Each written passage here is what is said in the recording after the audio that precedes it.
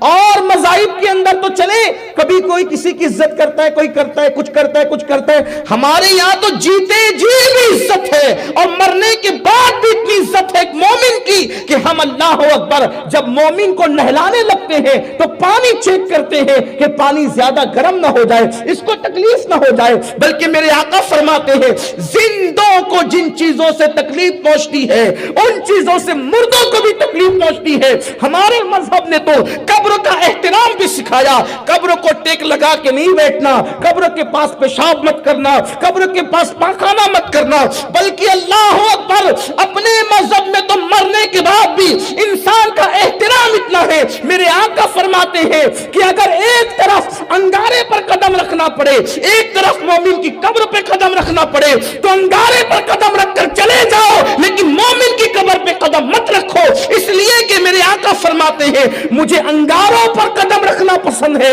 مگر مومن کی قبر پر قدم رکھنا پسند نہیں ہے۔ یہ مومن کی قبر کا احترام ہے۔ پھر اس کے بعد اسی پر بس نہیں، جب قبرستان سے گزرو ایسے مت چلے جاؤ بلکہ جاؤ تو ان کو سلام کرتے ہوئے جاؤ، اور کس شان سے سلام کرو، السلام علیکم یا اہل القبور، اللہ اکبر، اے قبر والو تم پر سلام ہو۔ یعنی موت کے بعد بھی کتنا احترام ہے،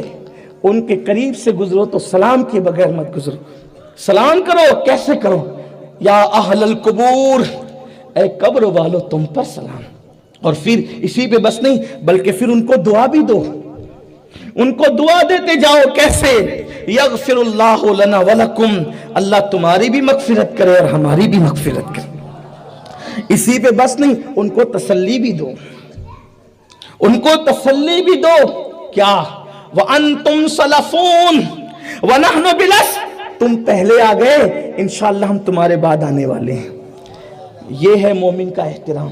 مومن کی، اور مومن کی قبر کا احترام ہم اس لیے بھی کرتے ہیں، یہ تو ہو گیا حدیث کی بات، ہم اہل عشق کو اس لیے بھی کرتے ہیں، کس لیے کرتے ہیں، دیکھو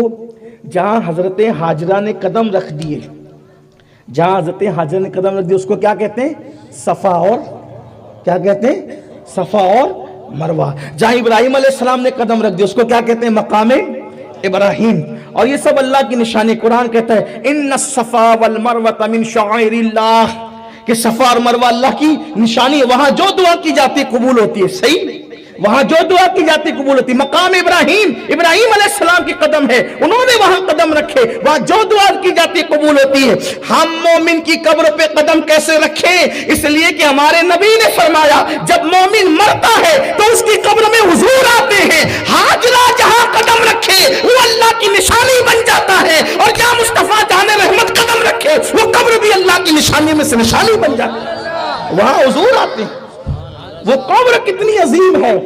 اب ہم سونے والے کو نہیں دیکھتے، عبد الرحمن سو رہا ہے کہ عبداللہ سو رہا ہے، کون سو رہا ہے، یہ ہے کہ تھا مومن تو آئے حضور ہوں گے، اور حضور آئے ہیں تب وہ نشانی اللہ کی ہو گئی ہے کیونکہ حضور نے وہاں قدم رکھ دیے ہیں۔ اب جہاں نبی کے قدم رکھے گئے ہیں تو وہاں بھی دعائیں قبول ہوتی ہیں، وہاں بھی دعائیں مقبول ہوتی ہیں، وہاں بھی دعاؤں کا قبولیت کی ضمانت دی گئی ہے۔ تو حضور قدم رکھے، میرے امام کہتے حشر کہتے ہیں کہ قبر میں لہرائیں گے تا حشر چشمے نور کے، قبر میں لہرائیں گے تا حشر چشمے نور کے، جلوہ فرما ہوگی جب طلعت رسول اللہ کی، بلکہ